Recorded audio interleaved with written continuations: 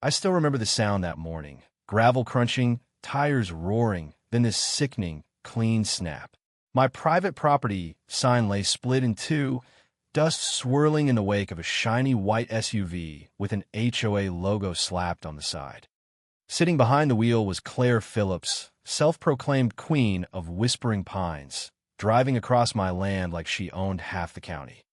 She didn't even slow down, just tossed me that smug little wave through her tinted window, the kind that says, "You can't stop me." And I swear to you, right then, something in me cracked louder than that signpost. 15 years I'd spent keeping that old dirt road alive with my own hands. Every inch of this ranch watched over and worked, now flattened under her tires like it was nothing. That was the exact second I stopped being polite. Claire wanted a shortcut across my land. Well, I'd give her one, straight down. But before we get to the real showdown with Claire and her merry band of clipboard warriors, you tell me, where are you watching from? Drop your city and local time in the comments. And hey, hit subscribe if you want to find out how a dirt road turned into a battleground. Now, if you've ever lived on a piece of land long enough, every inch starts to feel like an extension of your own skin. For me, that dirt road running from the highway to my old barn, that was more than a path. That was history. Storms would wash it out, but I'd be out there at dawn with my battered grader, scraping and patching so the feed truck could make it through. That road was my artery, my pride, my peace. 15 years, nobody bothered it. Then came Whispering Pines, that new HOA subdivision across the creek, 100 identical beige boxes pretending to be luxury homes. And wouldn't you know, not a single pine tree within sniffing distance. Didn't stop folks from moving in or from electing Claire Phillips as their self-appointed sheriff. At first, she was just a name, some car on the ridge, maybe a golf cart nosing around my fence. But then one morning, there was fresh tire tracks cutting right through my road, stopping where my land met the HOA's back gate. I shrugged it off. Maybe some new resident got lost, right? Happens. I even laughed about it. But it kept happening every morning like clockwork. 7:30 on the dot, that same white SUV barreled across my road, a little slower sometimes, just enough for her to flash that fake friendly wave. Most days, she didn't even bother. She'd blast pop music so loud it spooked my cattle, roll straight through the intersection, and disappear onto the highway. At first, I just stood there with my bucket of feed, jaw hanging like, is this real? You ever see a squirrel rob a bird feeder in broad daylight, staring you dead in the eye while it does it? That was Claire. So, I did what any reasonable man would do. I put up a sign. Big, bold, impossible to miss, private road, no trespassing. Planted it right in her path. Next morning, the SUV came through and the sign was gone. I found it later, snapped in half, stuffed behind the hay bales like a trophy. That's when I knew. It wasn't ignorance. It was arrogance. That night, sitting on my porch watching the sun sink behind the hills, I saw her headlights again, just cutting across the fields, didn't even slow down for the ruts. That next morning, I decided I was done being a doormat. I parked my truck across the road, near the bend, and waited. Sure enough, 7:32 a.m. Here she comes. I waved, both hands in the air. She slowed, rolled the window down just a hair, gave me that politician smile. "Morning, Mr. Rogers, is it? Everything okay?" "Not really. You're driving on private property. This road isn't public. It's mine." She tilted her head, all mock surprise. "Oh, come on now. We're neighbors, aren't we? What's a little dirt between friends?" I nearly choked. What's a little dirt between friends? I stood there, stunned, half laughing, half about to explode. But I kept it together. "Ma'am, this isn't a shortcut. It's a working ranch road. Please stop using it." She smiled even wider. "Well, I'll see what the board says." And off she went, spinning her tires, dust flying into my face. The board, as it turned out, meant the HOA Council, a handful of retirees with nothing better to do than carry clipboards and measure things that don't belong to them, all marching behind Claire. That week, I noticed more and more of them showing up, stopping by my fence, whispering, pointing, measuring like they were plotting a coup.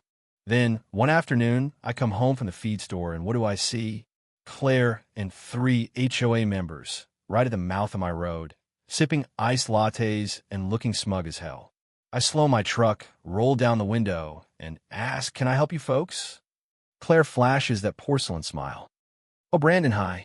We're just holding a quick community vote. The board decided it would be mutually beneficial to open your access road for neighborhood convenience.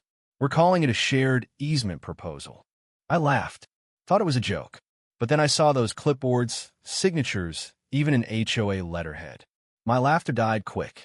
That night, after chores, I walked to the mailbox. Inside was a letter, no county seal, no lawyer's mark, just the HOA logo printed in Comic Sans of all things.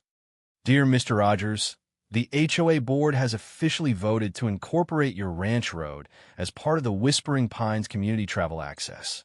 Any resistance will be treated as non-compliance. Cooperation is expected." Signed with a smiley face. I sat on the porch, letter in one hand, beer in the other, staring at the dirt road. I could hear crickets, the moo of a distant cow, and, way out there, the faint hum of an HOA SUV idling like a threat. That's when it hit me. Claire didn't want convenience. She wanted control. People like her don't see land the way people like me do. To her, it's not soil or sweat. It's just lines on a map, waiting to be redrawn with enough signatures and the right tone of voice. But I wasn't raised about that. I finished my beer and made up my mind. No more warnings, no more signs, no more polite chats. If she wanted a shortcut through my life, she was about to get one she'd never forget.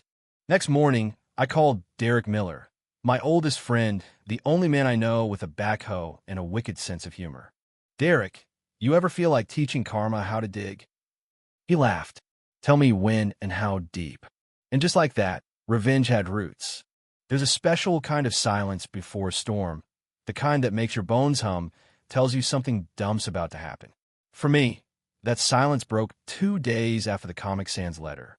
I was patching fence near the creek, heard voices drifting on the wind. Looked up, dozens of people right on my land, folding chairs, clipboards, balloons. Claire Phillips in a pink blazer, holding a megaphone. At first, I thought they were shooting a promotional video, Whispering Pines, where community thrives. Nope.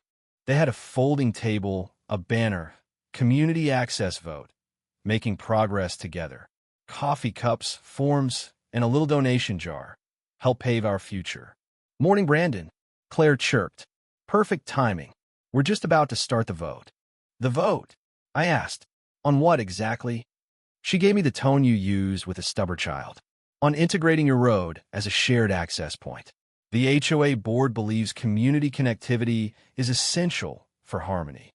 "Claire," I said, slow as molasses, "you're standing on private land." She laughed. "The board already agreed this portion is part of the common easement. We're just finalizing it, democratically." I couldn't believe it. A democratic vote to take my road. You can't just vote on someone else's property. "Well, actually, Brandon, the HOA charter allows us to make recommendations that align with community needs. Once we file a motion with the county, it's just a matter of formality." "Formality?" I stared at her.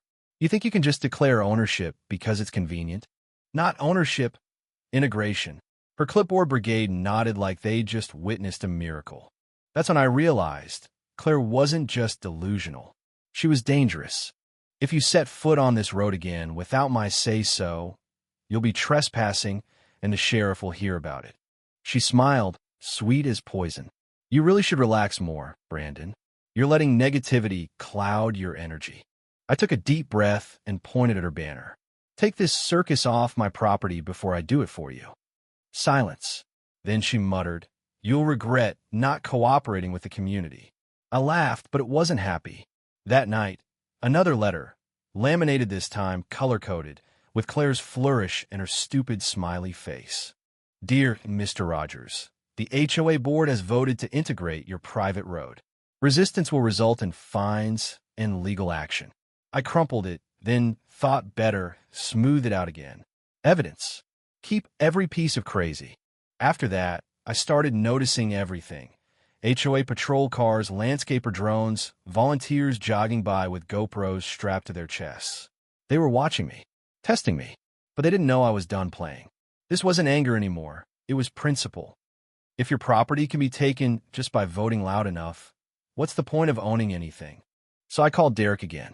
You got a pest problem? He mumbled. Coyotes again?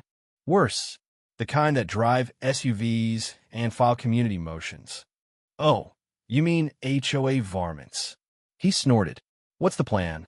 Something educational. Something humbling. Next morning, Derek rolled up in his old Ford with a thermos of coffee and that this is going to be fun grin. We walked the road, studied every bend. There I pointed, halfway down after a blind curve. How deep you thinking? Deep enough for reflection. He laughed. Philosophical trench. My specialty. We hauled the old backhoe, greased it up, roared to life like a dragon. By sundown, we dug a 3-foot wide, almost 4-foot deep trench, just enough to make a point, not to cause harm. We covered it with plywood, packed dirt on top, scattered twigs and grass. From a distance, flawless, just another patch of road. 2 trail cams in the brush, just in case karma showed up, right on cue. That night, for the first time in weeks, I felt calm. Revenge doesn't always have to be loud. Sometimes it's quiet, precise, beautiful. Sunrise the next day, coffee brewed, lawn chairs out by the barn. Derek with donuts, grinning. Think today's the day. Oh, it's Friday. Claire never misses her yoga class. We waited behind the hay bales, cameras rolling, sun climbing higher. The air hung still. Then, there it was, that roar of tires, thumping bass, and the high-pitched voice of a woman yelling affirmations about manifesting power. Claire's SUV crested the hill, chrome flashing, yoga mat in the passenger seat, iced latte in the cup holder. $10, says she's on speakerphone. Derek muttered. Make it 20, she's bragging. Sure enough, she was yelling into the phone about setting boundaries with people who don't understand community cooperation. The irony almost made me spit coffee. The SUV hit the curve too fast, plywood creaked, and then crack. Like thunder. The front end plunged, the back tires lifted, then slammed down again. Airbag dust puffed through the window. Claire's scream pierced the morning, half shock, half denial. The horn blared, then died. Derek nearly fell out of his chair, laughing. I had to slap a hand over my mouth to keep quiet. From our view, it was a slow-motion action flick, karma making a grand entrance. Claire sat there, stunned, covered in powder, frozen like a statue of poetic justice. Then, door flew open. She stumbled out, clutching her phone, shrieking sabotage. You put my life in danger. This is a criminal act. She tripped over her yoga mat, dumped her latte into the trench, absolute perfection. Think she'll call the cops? Derek asked. She already has. Sure enough, 15 minutes later, county sheriff's cruiser pulled up. Sheriff Cole Matthews, tall, late 50s, face carved by decades of I've seen worse, walks over, hat low. Morning, ma'am. Everything all right here?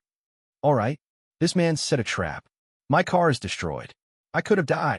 Sheriff Cole looked at the trench, the SUV, at us behind our hay bales. He sighed the way only lawmen and parents of teenagers can. Mr. Rogers, care to explain? Sure, Sheriff. That right, there's a soil erosion project. Been planning it for weeks. This is private property, and she's been trespassing every day for months. Claire gasped. Erosion project? Don't insult my intelligence. This was intentional. You can't just dig holes on a public road. Cole raised an eyebrow. Public road? That true? No, sir. Here's my property line, deed on file since 2009. He studied the map, looked at Claire. Ma'am, this is Rogers' land. You don't have legal access through it. Claire's jaw dropped. That's ridiculous. We're all part of the same community. Except he's not in your HOA. Unless your charter overrules county law, which I doubt. This road ain't yours. She turned beet red, pacing furiously, waving her phone. I demand an investigation. You're taking his side. I'm taking the law's side, ma'am. Long pause. You might want to call a tow truck. Oh, I will. You haven't heard the last of this. Hope not. I could use the entertainment. Derek wheezed with laughter. Claire spun, stomped back, tried to reverse. The wheels just spun, flinging mud. A glob splattered her pink blazer. Cole smirked. Nice ditch. Mind if I borrow the idea? Keeps the door-to-door salesman off. I grinned. Be my guest. 20 minutes later, tow truck showed up. The driver scratched his beard. Lady, this thing's not coming out without a crane. Claire's scream echoed across the fields, spooked the cows. Derek and I watched the circus from the porch, drinking cold beer, laughing until our sides ached. Think she'll learn her lesson? No, I said, but it's a start. That night, the trench looked beautiful under the moon, a perfect scar, the scent of oil and victory in the air. I leaned against the fence post, smiling. You brought this on yourself, Claire. But then distant headlights, the tow truck trying and failing for hours. The ground refused to let go. By morning, the SUV was still stuck. Claire, caked in mud, barking orders. As weeks dragged on, things got wilder. I'd get letters every other day, fines, threats, notice of environmental violation. The HOA demanded $100 a day till I filled the trench. Failure to comply would mean legal action. Of course, the letter was signed, smiley face and all. Then, one morning a gray Prius showed up, short, nervous guy, cheap suit, briefcase. Morning. I'm Douglas Phillips, legal counsel for Whispering Pines HOA. Phillips, any relation? Cousin. Of course. He handed me a stack of cease and desist orders. Poorly written, not worth the paper. Doug, do you even have a law degree? He blushed. Working on it. Community college. Thought so. Tell Claire to hire a lawyer who's past the bar, not the smoothie bar. He left, scraping his Prius on a tree root. Derek laughed till he cried. Still, it worried me. People like Claire don't quit, they just regroup. I spent a sleepless night thinking about old deeds, forgotten easements. By dawn, I was in the county clerk's office, searching records. The clerk knew exactly who I was. You're the guy fighting the HOA? Honey, everyone's rooting for you. 2 hours later, I found the Holy Grail, easement agreement. Whispering Pines Development, 1976. Plain as day. HOA had to build its own road, couldn't touch mine. Still valid, still legal. I drove home, document riding shotgun like a trophy. Derek whistled when he saw it. Plan to frame that. I'm laminating it and mailing copies to every HOA house with a Christmas card. Time for a personal delivery. I caught Claire at her mailbox, handed her the document. What is this? Original easement contract. Your development can't use my road. Ever. She glared, tried to crumple it, but it was laminated. The look of pure frustration was almost enough to make me feel bad. Almost. You could have just shared. We could have been good neighbors. Claire, you drove a tank through my land, tore down my signs, threatened me with Comic Sans. We passed good neighbors 6 months ago. This isn't over. Maybe not, but your road trip is. With a real lawyer now on my side, Mara Pritchard, local legend, we filed a cease and desist and a civil suit for trespassing, property damage, and harassment. The county served Claire papers on her lawn, in full view of the neighborhood. She screamed loud enough to startle birds off the HOA sign. Derek whispered, You think Doug's printing new Comic Sans? By the time court day rolled around, the place was packed. HOA Drama's free theater in a small town. Claire showed up late, power suit on, Doug behind her carrying enough folders to build a fort. Mara sat beside me, sharp and calm. She's about to talk herself into a loss, she whispered. Judge Holloway listened, deadpan. Miss Phillips, you're alleging the plaintiff built a booby trap? Yes, a hidden pit to destroy my vehicle. He sighed. Ma'am, this isn't Home Alone. Do you have evidence? Doug waved photos, dropped half his paperwork. Mara calmly presented the easement, trail cam footage, and